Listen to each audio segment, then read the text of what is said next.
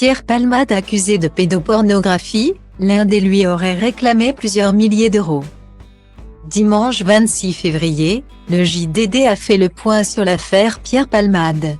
L'humoriste, accusé par 2 hommes de visionnage de vidéos pédopornographiques, aurait par le passé été victime d'un chantage de la part d'un des 2 témoins, qui lui aurait réclamé plusieurs milliers d'euros.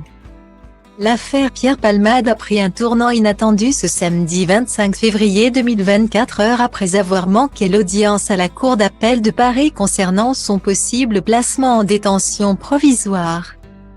Les médecins ayant jugé son état de santé trop préoccupant, l'humoriste a été victime d'un accident cardiovasculaire, AVC, sur les coups de 19 heures.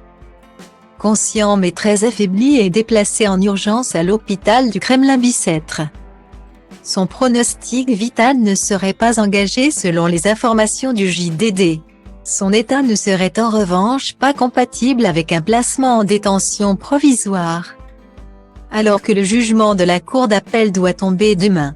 Plus on attend, plus les dommages au cerveau sont définitifs et plus on risque des séquelles et un handicap durable.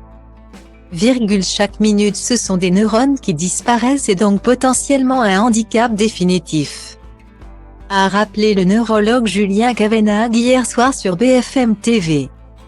Mais l'enquête suit néanmoins son cours concernant les nouvelles accusations à l'encontre de Pierre Palmade.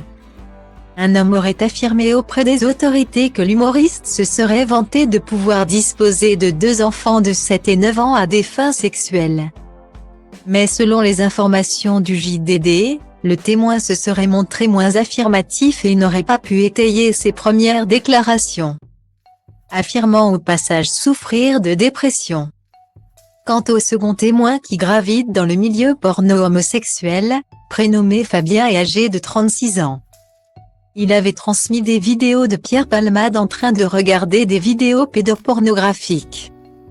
Un homme au profil douteux selon le JDD qui rappelle qu'il doit comparaître prochainement pour trafic de stupéfiants, blanchiment d'argent et travail dissimulé.